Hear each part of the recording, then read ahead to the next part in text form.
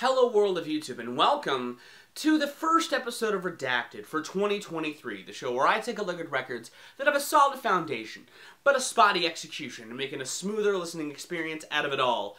And this entry does a couple of things for me and the show at large. It's the show's 5th year this year, and I'm going to be using this year as a point to go back on albums that fit into certain themes or I wanted to talk about for a long time and finally find a way to plug them into the show and what I'm calling the Year of Second Chances. And not only is it timely to do so there and to celebrate the show's 5th year anniversary this year, I'm going to be sort of doing something for posterity's sake. You know, I spent all this time criticizing all these artists for having bold ambition, when I myself am victim of it.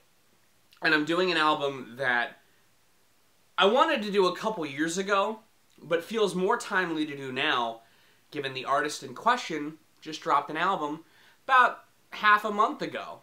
It's an album that had a lot of love put into it, but as time has gone on, definitely has some cracks showing that could have been trimmed away or dusted off to give the album a little more of a well-rounded sheen. I'm talking about the mashup marriage of music and video games that I made back in 2019 under the moniker Charlemagne's Menagerie, Bits and Pixels. Andros has ordered us to take you down. Here they come! Am I getting slow? Try! Now, admittedly, Bits and Pixels was a passion project for me. It is an album that I had been working on off and on for like 8 years. Some of the tracks on there date back to like 2012, 2013. Some I made back in like 2015, 2016. And around the time 2018 rolled around, I saw that the decade was coming to a close. So I decided to, after I dropped No Signal, finally pull together all the songs that I kind of had stewing in my brain to pull together into a mashup album that saw not only a marriage of regular music and video game music, which is still on full display on the final version that I have today, but also harmoniously melds different video game songs together that also evoke that kind of scratching the brain, they fit so well together like a puzzle piece feeling that I feel like good mashups do. And ultimately, the finished product was a bit bloated, had some ideas that didn't work, and even some of the ideas that I did keep on the finished product could use with a little bit of retooling to make them flow just a little bit better, but their core concept still works as far as bringing two songs together. And today, again, trimming the fat, making it a little bit more of a streamlined experience while keeping both of those ideas still fully intact. My version, my new version at least, of Bits and Pixels is 14 tracks and about 51 minutes long, so I'm going to go ahead and show you the track listing before I talk about why I kept what I did keep in its place. Middle finger to the law, nigga, crit on my ball. Said the ladies, they love me from the bleachers,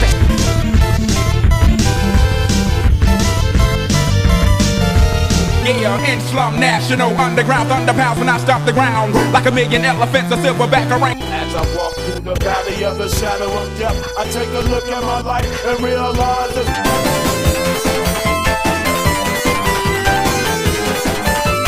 Once upon a time, not long ago, when people wore pajamas and left life slow, but also stern.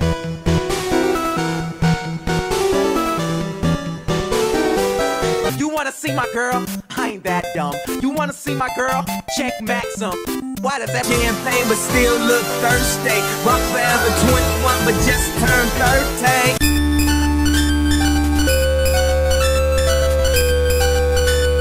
And lose all you different crews, chicks and dudes who you think is really kicking tunes. Picture you.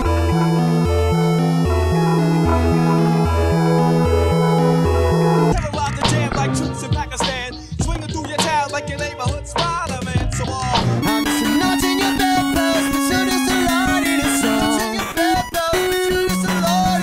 I wanted to start this album with one slice of each at the very least. So I start with a Jay-Z mashup that admittedly has some problems, but I still think sounds alright as a concept. Sure, I probably could have retooled it and done like a re-release of it with this in mind, but I said, fuck it, that's not what the show's about. We're just going to keep Guile Off Your Shoulders in its original form and have it still be the opener before transitioning into Corneria Fight, a melding of the Punch-Out theme, or Punch-Out Small Circuit theme, with the Corneria song from Star Fox 64, because again, both kind of fit together so very well. They have a similar build-up, they have a similar cadence to their rising build-up, and they both evoke this kind of energy, this kinetic energy that throttles you out of the gate. And if I was going to keep anything from the first run that does that, it was going to be Corneria Fight. Before having one of the longer standing songs come into the fray that was such a satisfying track to pull together personally, that I think still slaps, Balls Over Baghdad, my Pokemon Outcast mashup. I think that those two songs were made to fit together, and I think that they still sound really, really dope. And it's a part to kind of sustain the energy from Corneria Fight before going into a trimmed-down version of what was the Sonic Suite. I had a handful of Sonic mashups come right after that, and I cut a couple of the ones that just really didn't work, and kept two of the hip-hop ones and one of the Scratcher Brain ones in the middle of the two, with Marble's Paradise, which sees Marble Zone mashed up with Gangsta's Paradise in homage to the Sonic trailer that had dropped at the time. Before going to Flying Green Zone, again, similarly to Balls Over Baghdad, just a song that just scratches your brain so very well. It's like playing ping pong with your mind, following the track along as it goes, weaving between both tracks that just dance together beautifully, before weaving into another just really good hip-hop mashup with Mystic Story, a mashup of Mystic Cave Zone and Children's Story by Slick Rick. Again, the two songs kind of fit really well together. They have a similar buoyancy to the percussion, and I think Slick Rick sounds cool. Sure, I would doll up the production a little bit to make his voice pop a little more, but given what I had at the time, it's kind of what I had going on, and I'm keeping it in its original state once again. And after that, we go into another one of the longer standing songs that I had existed, Viridian Rockets. Similarly to Flying Green Zone, it just matches up two Pokemon songs, the Viridian Forest and Rocket Base theme, into this track that again just dances with each other. The way that the songs just kind of weaving around with their different crescendos just hits a good point in your brain that just makes you feel like you're turning into goo, and it's great. And what would a mashup album post-Bonfire's release be without a Bonfire mashup? So we got Super Gambino Brothers, a song that mashes up the Mario Ground theme and the Underground theme with Bonfire and Redbone by Childish Gambino, respectively. A song that admittedly was kind of hard to pull together, and while it's got some moments that even listening back, sure they work, they probably could have been done better. I think that it's still good in its current state, and it's one of the few additions that may have some problems that I would probably change the least of. And from there, we go into a song that I was going to cut, if only because current events with one of the artists in question and one of the other persons involved with the mashup also is very problematic. But given where both are at in the public eye, I had to keep it because it kind of makes sense. BoundTron sees a fusion of the JonTron theme with Bound 2 by Kanye West. Two people that in certain corners of the internet were very beloved before both of them turned into just the worst type of person. That honestly kind of sits in the same vein. Both kind of line with white supremacist groups, and they both feel like kindred spirits at the end of the day, I guess. Bound 2 fits really well over the JonTron theme, and I almost cut it because I didn't want to keep that energy on the project, but it just feels too perfect in hindsight to not keep off the project. You know, fuck both those guys, but this is funny, right? But this retains the sort of shitposty nature that parts of the album had going on, similarly to the Sonic Gangsta's Paradise mashup, so I just felt like it could have gone off, but I kept it here for very obvious reasons. And then it goes into my crown and joy of the project, that even if it feels very unlistenable because it's 11 minutes in length and it's so dissonant and harsh at pockets, I love it. The Lavender Suite. It's just a mashup, an evolution mashup of the Lavender Town theme with itself before going into Drought, before turning Drought in with something else, and then it just morphs around before coming back on its head with the Lavender Town theme. I love the Lavender Suite. As far as like music things that I've done, it's like top 10. I really like how that song evolves, and I honestly wanted to make an extended mix that kept adding stuff, but I never did, and I still probably never will, but I'm happy with the Lavender Suite in its final form, and it acts as sort of a catalyst into the last leg of the record, where we have more of straight-laced song and song mashups. There's one other video game mashup, but by and large, it's like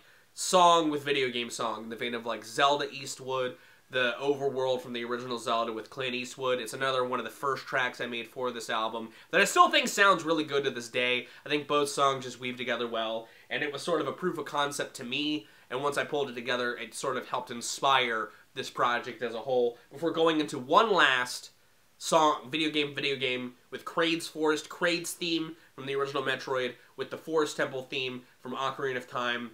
Two songs that don't necessarily go together, but when paired together, they have this sort of kinship with each other. They're both very dark and ominous and ambient.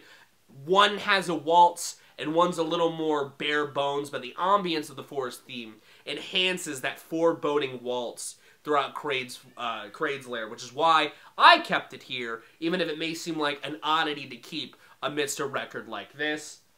And as far as closing the record out, there was another song mashup with Game vs. Game that I really liked, but really was flawed the more that I listened to it. The rhythms just really kept off sync, and it disengaged me from the experience. So instead, we close with two more bangers. Protect Your Plants, which sees the Overgrown theme from Metroid mashed up with Protect Your Neck from Wu-Tang Clan. Another one of my favorite musical things I've ever done. It sounds like it was made, they sound like they're made for each other. And I think that Protect Your Neck sounds great over the Overgrown theme. And again, the one thing I would probably fix is dolling up the vocals a little bit differently to let them fit into and sound a little bit better over the instrumental. But even in its current state, ODB is the worst of it, and he sounds alright, I guess. Before going into a song that I never gave up on. A song that was easily one of the hardest to pull together and still doesn't necessarily sound perfect. I would strip away one element and not have it be as prominent in the track, but it adds to the dense chaos that is Sugar We're Duckman, a mashup of Sugar We're Going Down by Fall Out Boy with a handful of songs. You got the Moon theme from DuckTales, you got the level select screen from Mega Man 1, you got the Overture from Mega Man 2, and the Overture from Mega Man 3, all coming together into this hodgepodge that, again, amounts to some of my favorite musical moments I've ever pulled together. And sugar will going down swinging. I'll be your number one with the bullet. I know they got complex, cock it and pull it. We're going down, around. And sugar will going down swinging. I'll be your number one with the bullet. I know they got complex, cock it and pull it. We're going down, we're going down.